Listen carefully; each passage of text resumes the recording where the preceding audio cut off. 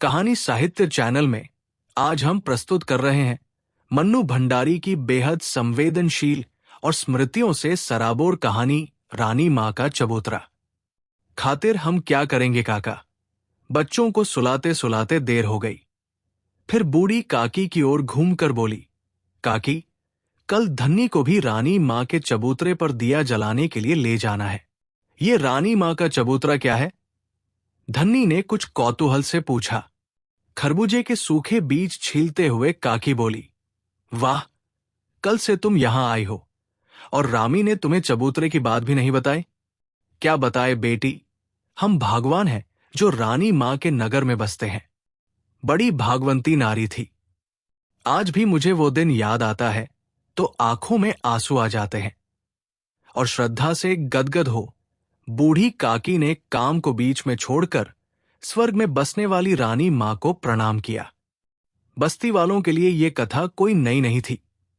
फिर भी दत्तचित्त होकर उस कथा को ऐसे सुनने लगे जैसे पहली बार ही सुन रहे हों। स्त्रियों का तो ऐसा विश्वास था कि जितनी बार इस कथा को कहेंगी या सुनेंगी, उनका पुण्य बढ़ेगा। हाथों को माथे पर छुआकर फिर अपना छोड़ा हुआ काम संभाला और काकी बोली, कोई 10 साल पहले की बात होगी। हमारे नगर सेठ के बेटे पर शीतला माई का कोप हुआ। पानी की तरह पैसा बहाया, बैद कीमों का तांता लग गया, पर शीतला माई तो कोई और ही खेल खेलने आई थी। वे इन दवाइयों से क्यों शांत होती भला? सब हार गए और शीतला माई बच्चे पर ऐसी जमकर बैठी कि न उसे मरने दे न जीने दे। मां तो सेवा करते करते सूख कर कांटा हो गई। न खाने की सुध न सोने की। भाग से एक साधु द्वार पर आया। रानी मां की सूरत देखकर ही सारी बात समझ गया। वो कोई ऐसा वैसा साधु भी नहीं, शीतला माई का भेजा हुआ साधु ही था। बोला, बेटी, तेरा बच्चा मौत के मुंह में है, पर तेरे प्रताप से ही बचेगा। 7 दिन तू अन्न जल का त्याग कर दे, तेरा बच्चा उठ खड़ा होगा। रानी मां के प्राण तो पहले ही आंखों में आए थे, उस पर 7 दिन अन्न जल का त्याग। सबने बहुत समझाया कि साधु की बातों में मत आओ, पर वो नहीं मानी सो नहीं ही मानी। 7 दिन बाद बच्चा तो उठ खड़ा हुआ, पर रानी मां जाती रही। काकी का गला भर्रा गया। पास बैठी फूलों ने आंचल से आंसू पोंछ डाले। धन्नी, जिसने अभी तक बच्चे की सूरत नहीं देखी थी, उसके मन में जाने कैसा शूल चुभने लगा।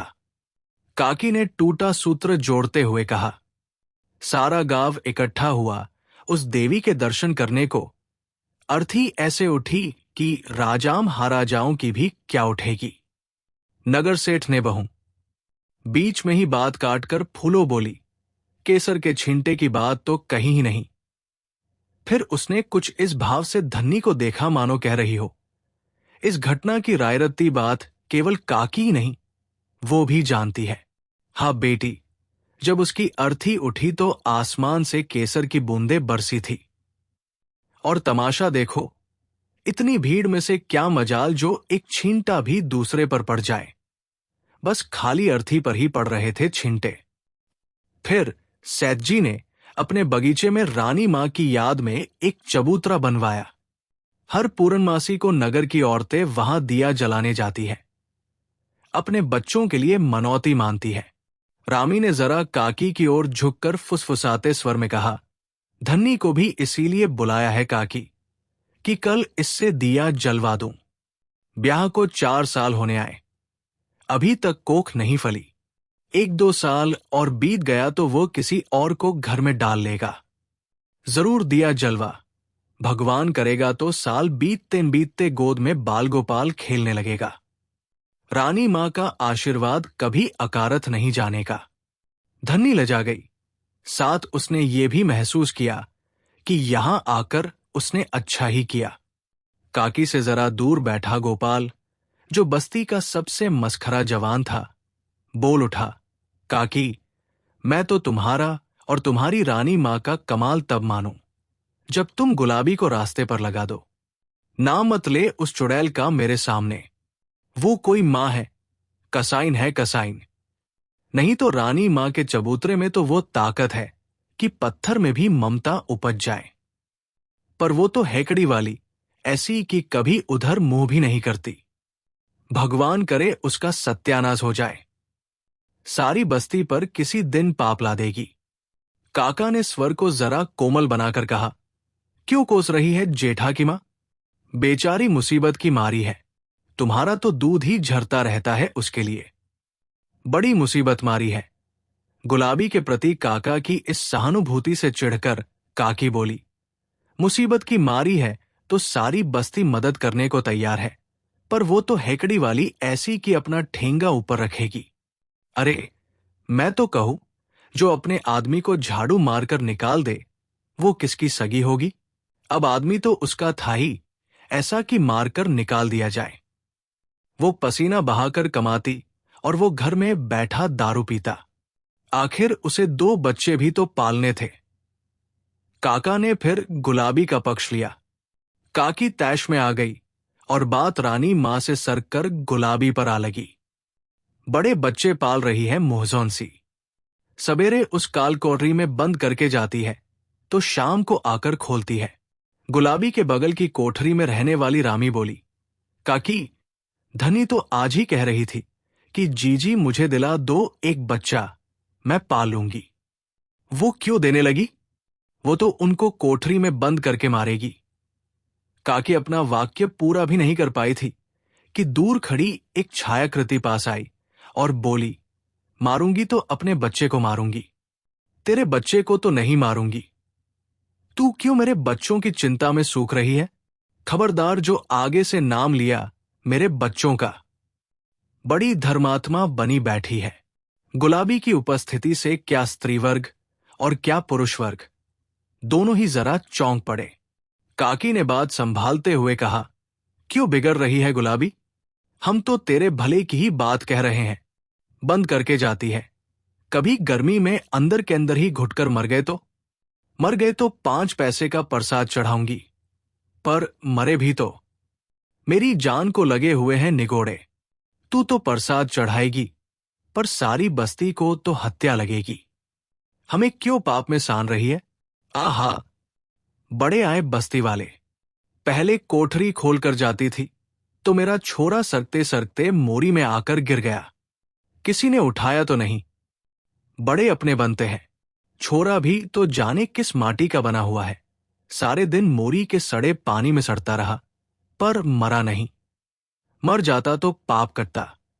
गुलाबी क्रोध में बड़बड़ाती गली के नल पर चली गई। कहो काकी, कैसी रही? गोपाल ने छेड़ते हुए पूछा। कौन मुंह लगे इस चुड़ैल के? पर काकी का मन इतना खिन्न हो उठा कि वे अपने बीजों की पोटली उठाकर चल दी। धीरे धीरे सभी उठ गए और चबूतरे की सभा विसर्जित हो गई। सवेरे 7 बजे की सीटी बजी तो गुलाबी ने एक झटके के साथ अपनी कोठरी का दरवाजा बंद किया। उसे बगल की कोठरी में से रामी धन्नी की फुसफुसाहट सुनाई दी। बिना पूरी बात सुने ही वो भभक उठी। जितनी बातें बना सको बना लो चुड़ैलों, मैं तुम्हारी दबैल नहीं जो डर जाऊंगी। रामी ने वहीं बैठे बैठे हाक लगाई। अपने रस्ते लग गुलाबी। किसका हिया फूटा है जो सवेरे सवेरे तुझ नासपिटी का नाम लेगा? गुलाबी कुछ कहती उसके पहले ही उसके 2 साल के बच्चे का क्रंदन कोठरी की दीवारों को चीरकर गली के सुनसान वातावरण में फैलने लगा। झल्लाकर उसने कोठरी खोली और अपनी 9 साल की लड़की मेवा की पीठ पर एक लात जमाते हुए बोली, 9 बरस की धींग हो गई, एक बच्चा नहीं रखा जाता। चल, उसे गोद में उठाकर रख। और उसी झल्लाहट में उसने कोठरी बंद कर दी और दौड़ पड़ी। 7 की सीटी बज चुकी थी और वो जानती थी कि अब यदि वो सारा रास्ता दौड़कर ही पार नहीं करेगी तो ठेकेदार वहां बैठी अनेक उम्मीदवारों में से किसी को भी काम दे देगा और वो आज की मजदूरी से जाती रहेगी। फिर वो सत्तू नहीं ला सकेगी, दाल नहीं ला सकेगी।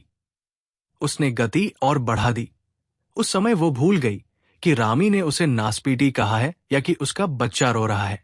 शाम को वो लौटी तो क्लांत हाथों से उसने अपनी कोठरी का दरवाजा खोला। देखा मेवा एक कोने में लुढ़की पड़ी सो रही है और 2 साल का वो मांस का लोथड़ा मैले में सना हुआ मिमिया रहा था। रोने की ताकत तो उसमें शायद रही भी नहीं थी। गुलाबी ने एक पूरे हाथ की धौल कोने में सोती हुई छोरी की पीठ पर जमाई। पड़ी पड़ी सो रही है चुड़ैल, चल उठकर चूल्हा जला। और वो उस मैल में सने बच्चे को उठाकर गली के नल पर चली। बराबर उसके मुंह से गालियां बरस रही थी। चबूतरे पर उस समय काका अकेले बैठे थे। गुलाबी को बड़बड़ाती हुई जाते देखा तो टोक दिया, किसे कोस रही है गुलाबी? अरे कभी तो तू भी हंसबोल लिया कर। हंसबोल कर, मुझे किसी को रिझाना नहीं है। बड़े आए हैं सीख देने वाले। तुम्हें तो नहीं कोस रही। कोस रही हूं उस दारूखोर को जो मेरी जान को ये कीड़े मकोड़े छोड़ गया। और मैं तो तेरे भले की बात कह रहा हूं। 4 जनों के बीच आकर बैठा कर तो तेरा भी मन बहल जाए, पर तू तो सबको काटने को दौड़ती है। हां हां, मैं तो कटखनी हूं। क्यों मेरे मुंह लगते हो? ज्यादा बकवास की तो 2-4 तुम्हें भी सुना दूंगी। बड़े आए हैं दर्द दिखाने वाले। और वो भन्नाती हुई नल पर चली गई। छोकरे को धोया, कपड़ा धोया और बड़बड़ाती अपनी कोठरी की ओर चल पड़ा। काका ने फिर उसे नहीं टोका। चूल्हे पर दाल चढ़ाकर बच्चे को गोदी में लेकर वो सुस्ताने लगी। सारे दिन की कैद भोगकर मौका पाते ही मेवा कोठरी से बाहर भाग गई। जब दाल सत्तू तैयार हो गया तो गुलाबी ने मेवा को खाने के लिए आवाज दी। मेवा आई तो उसके हाथों में कांच की हरी चूड़ियां चमक रही थी। गुलाबी की नजर पड़ते ही उसने पूछा, ये चूड़ियां कहां से लाई री? मेवा चुप। मैं पूछती हूं ये चूड़ियां कहां से लाई? मेवा चुप। सुनाई नहीं देता क्या? बहरी हो गई है? और तड़ातड़ चाटे पड़ गए उसके गाल पर। चोरी करके लाई है ना? आज सब तो चबूतरे पर दिया जलाने गए हैं। किसी के घर में से चुरा लाई क्यों? चोटी, हरामजादी। मुंह से गालियां और हाथों से चाटे पड़ने लगे। मेवा ने चीख चीख कर सारी गली को सिर पर उठा लिया। तभी दिया जलाकर लौटी हुई रामी धन्या पहुंची। अरे अरे, छोरी के प्राण लेगी क्या? मेवा को अपनी तरफ खींचती हुई रामी बोली, मैं इसकी खाल खींच कर रख दूंगी। तू बीच में मत बोल रामी, नहीं तो सच कहती हूं। 2 हाथ तेरे भी पड़ जाएंगे। मेरी छोरी चोरी करे। और उसका स्वर भिंच गया। देखते देखते खासी भीड़ जमा हो गई। जरा सा अवसर मिलते ही गुलाबी फिर एक चांटा जड़ देती। बूढ़े काका मेवा को दूर ले गए। तब गुलाबी चिल्लाई, छोड़ दो काका, मेरी छोरी को ले गए तो ठीक नहीं होगा। आज तुम बचाने आए हो, कल तुम लोग ही उसे चोटी कहते फिरोगे। किसी ने स्थिति को संभालने के लिए कहा, चोरी नहीं की है उसने, वो तो रामेश्वर ने उसे दी है। नाहक मार दिया बच्ची को। दी है तो क्यों दी है? हम क्या भिखमंगे हैं जो किसी का दिया पहनेंगे? आज मेरे घर में कोई मूंछों वाला नहीं बैठा है, सो सब लोग भीख देने चले हैं। थू है उन पर। बड़े आए हैं दया दिखाने वाले। मेवा को काका के पास सुरक्षित समझकर सबने सोचा कि अब इस गुलाबी से बहस करना बेकार है। एक की 4 सुनने को मिलेंगी, सो सब चुपचाप खिसक गए। धनी, जो आज रानी मां के चबूतरे पर दिया जलाकर जाने कैसी कैसी आशाएं मन में संजो कर आई थी, बोली, जब ये किसी की बात सुनती ही नहीं तो तुम लोग क्यों इसके पचड़ों में पड़ती हो? जी, लड़ाई झगड़ा तो चलता ही रहता है। सवेरे नल पर देखा है न कैसी गाली गलौज होती है। सिर्फ फुटुवल की नौबत आ जाती है, पर सांझ को सब जैसे की तैसे। 4 जने रहते हैं तो कहना सुनना तो चलता ही रहता है बहन। गुलाबी ने कांच की चूड़ियों के टुकड़े बटोरकर अपने लिए जगह बनाई और बच्चे को लेकर सो गई। उस रात उसके यहां खाना पीना नहीं हुआ। काका मेवा को लाकर छोड़ गए तब उसे मालूम पड़ गया, पर वो फिर कुछ बोली नहीं। एक बात ही उसके मन में घूम रही थी कि उसकी लड़की ने चोरी की। पिछले 2 दिनों से चबूतरे की बैठक का विषय है। सरकार की ओर से खोला हुआ शिशु सुरक्षा केंद्र। काका ने कहा, भगवान भला करे इस सरकार का। सरकारी स्कूल खोल दिए जहां बच्चे मुफ्त में पढ़ लेते हैं। छोटे बच्चों के लिए ये केंद्र खोल दिया। अब औरतें भले ही काम करें। 5 रुपए महीने में दवाई दारू भी कर देते हैं। हाँ काका, मैं देख कर आई हूं।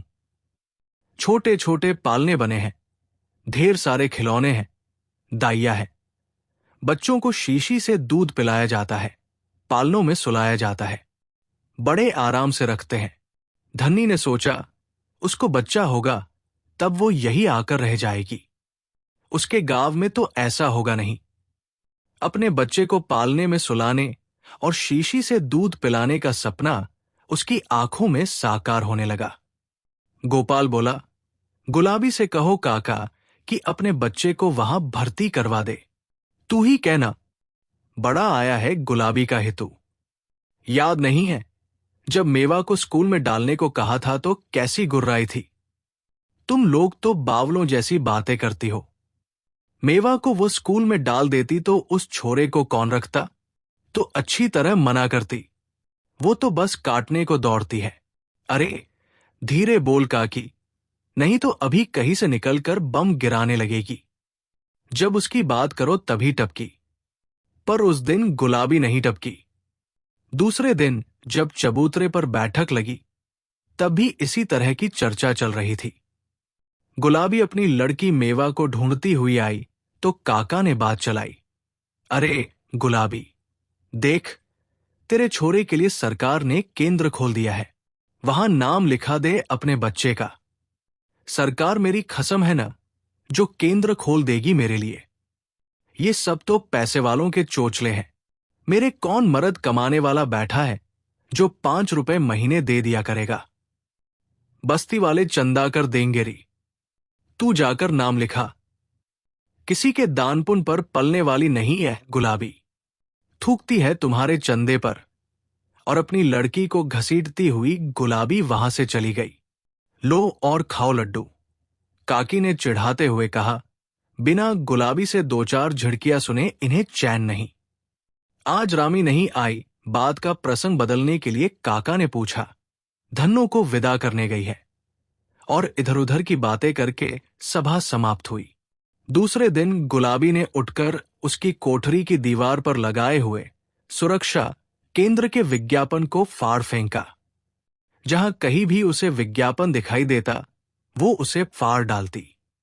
लोग देखते तो हंसते। भरी दोपहरी में गुलाबी रेत की तगारियां उठा उठा कर पकड़ा रही थी। कुछ औरतें एक देहाती गीत गा रही थी और छत कूट रही थी।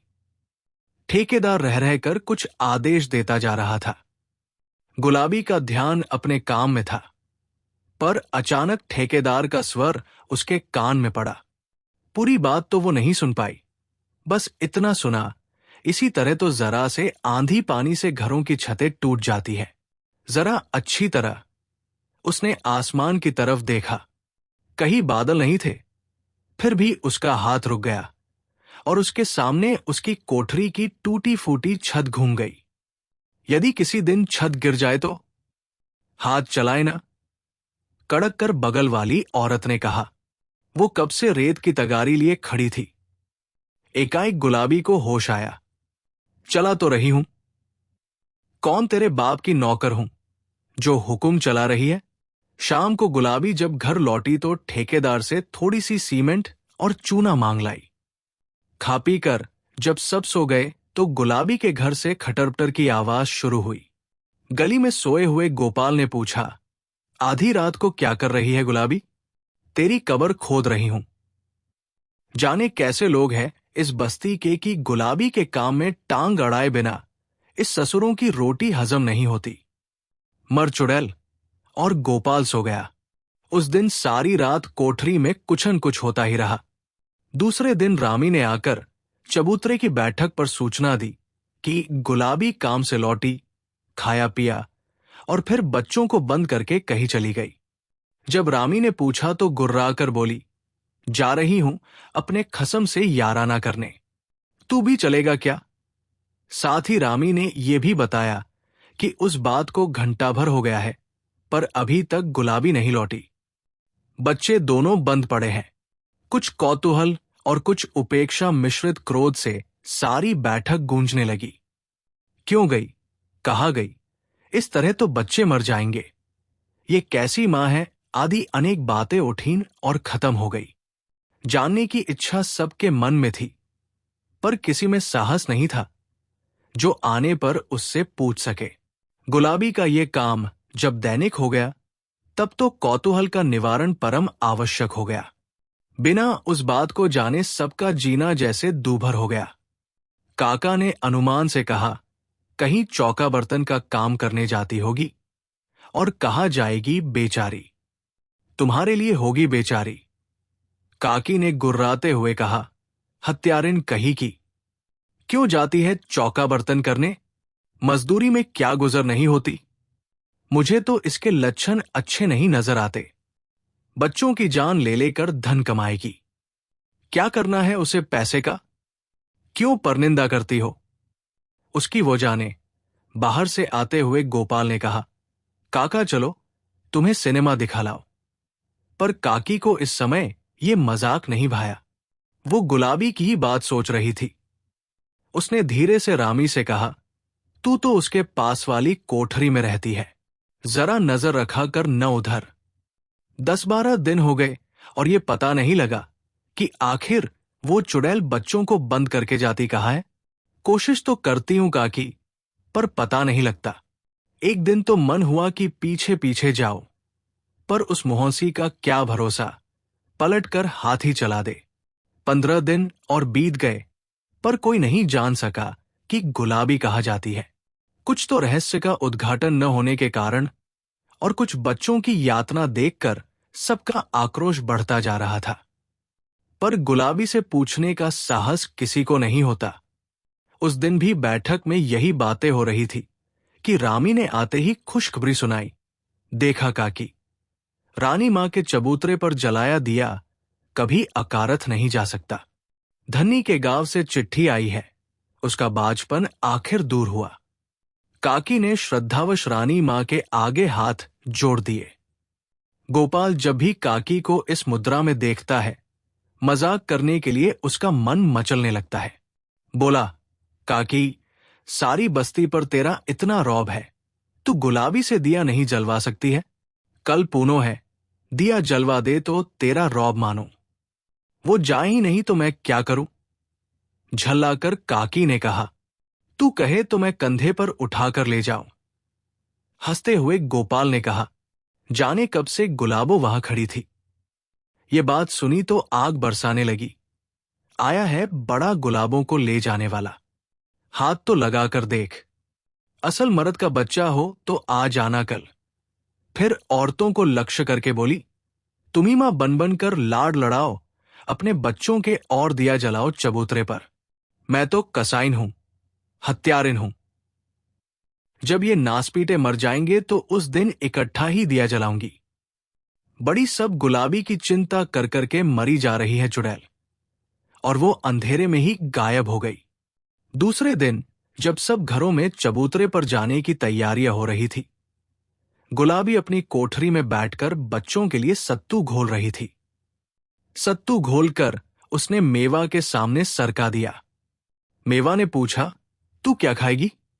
मुझे भूख नहीं है, चुपचाप खा ले। कल भी तो तूने कुछ नहीं खाया था मां। कह रही हूं, खा ले चुपचाप। सो नहीं होता, जीभ लड़ाए जा रही है बैठी बैठी। तू जो आजकल जरा सा ही सत्तू लाती है मां, अपने लिए नहीं लाती। गुलाबी ने तड़ाक से एक चांटा जड़ दिया। सत्तू खाती है कि मार खिलाऊं? दोनों बच्चे जब खाना पीना समाप्त कर चुके तो गुलाबी ने हंडिया से पैसे निकाले। बड़ी सावधानी से उन्हें आंचल में बांधा, और जैसे ही मुड़ी तो देखा रामी दरवाजे पर खड़ी उधर ही देख रही है। बिना एक शब्द बोले उसने दरवाजा बंद किया और वो चली गई। जब सब औरतें वहां इकट्ठी हो गई तो रामी बोली, दैया रे, आज गुलाबी ढेर सारे पैसे आंचल में बांध कर गई है, वापस लौट आए तो समझना। पैसे बांधकर? हां हां, मैंने अपनी आंखों से देखा है। मुझे तो लगता है चौका बर्तन की आड़ में कोई और ही लीला चल रही है। कौन उस पर नियत बिगाड़ेगा। सूखा छुहारा तो है, मर्दों का कोई भरोसा नहीं। जो न कर गुजरे सो थोड़ा। रामी मुस्कराई। जब दिया जलाकर औरतें लौटीं तो देखा कि गुलाबी की कोठरी वैसे ही बंद थी। जल्दी जल्दी कपड़े उतारकर चबूतरे पर बैठक हुई। सारी बातें बढ़ा चढ़ाकर बताई गई। रोज कब तक लौट आती थी? काका ने पूछा। इस समय तक तो लौट आती थी। रामी ने कहा, आज तो वो नहीं लौटने की। सारी बस्ती का मुंह काला कर गई चुड़ैल। उसके बच्चों को कौन पालेगा अब? चूल्हे में जाए उसके बच्चे। मां होकर जब उसे ही दर्द नहीं आया तो हमें ही क्या पड़ी है। गोपाल ने कहा, चाहे कुछ भी खर्च हो जाए, कल ही जाकर रानी मां के चबूतरे के पास ही एक गुलाबी का चबूतरा बनवाऊंगा। जब वहां दिया जलाने जाऊं तो लगे हाथ ही गिन गिन कर 10 जूते इसके चबूतरे पर भी मार आया करना। तभी काका ने सबका ध्यान गली के मोड़ की ओर आकृष्ट किया। चांदनी के प्रकाश में सबने देखा कि गली के ही 2 आदमी गुलाबी के अचेत शरीर को उठाकर ला रहे हैं। चबूतरे की सारी भीड़ उस ओर दौड़ पड़ी। क्या हुआ? कहाँ थी? बेहोश कैसे हो गई? प्रश्नों की झड़ी सी लग गई। सबको वही छोड़कर काकी और रामी ने उसके अचेत शरीर को संभाला और रामी की कोठरी में लिटा दिया। काका अंदर आ गए, बाकी भीड़ को बाहर ही रखा। पानी के छींटे डालो और हवा करो। काका ने कहा। रामी उठकर पानी लाई और काकी हवा करने लगी। उसका आंचल हटाया तो बोली, हाय राम, इसका पेट तो पीठ से चिपक रहा है। लगता है मानो 2-3 दिन से कुछ खाया ही नहीं है। रामी, थोड़ा सत्तू हो तो घोल कर ला। देख रही हो। काका ने अपनी नजर गुलाबी के सूखे मुरझाए चेहरे पर टिकाए हुए कहा, 1 महीने में क्या से क्या हो गई, जैसे बुढ़ापा आ गया हो। 1 महीने से मैंने इसे पास से ही नहीं देखा था। और देखो, इसके कपड़े ढीले कर दो, उमस भी तो कितनी है। काकी ने अंगिया के बंद ढीले कर दिए तो अंगिया में से कागज की एक पुड़िया सरक कर जमीन पर गई। काका ने कहा, देखें क्या है। काकी ने पुड़िया पकड़ा दी। काका ने दिए के धीमे प्रकाश में पुड़िया को खोला तो देखा, कांच की 2 छोटी छोटी हरी चूड़ियां और शिशु सुरक्षा केंद्र की 5 रुपए की रसीद थी।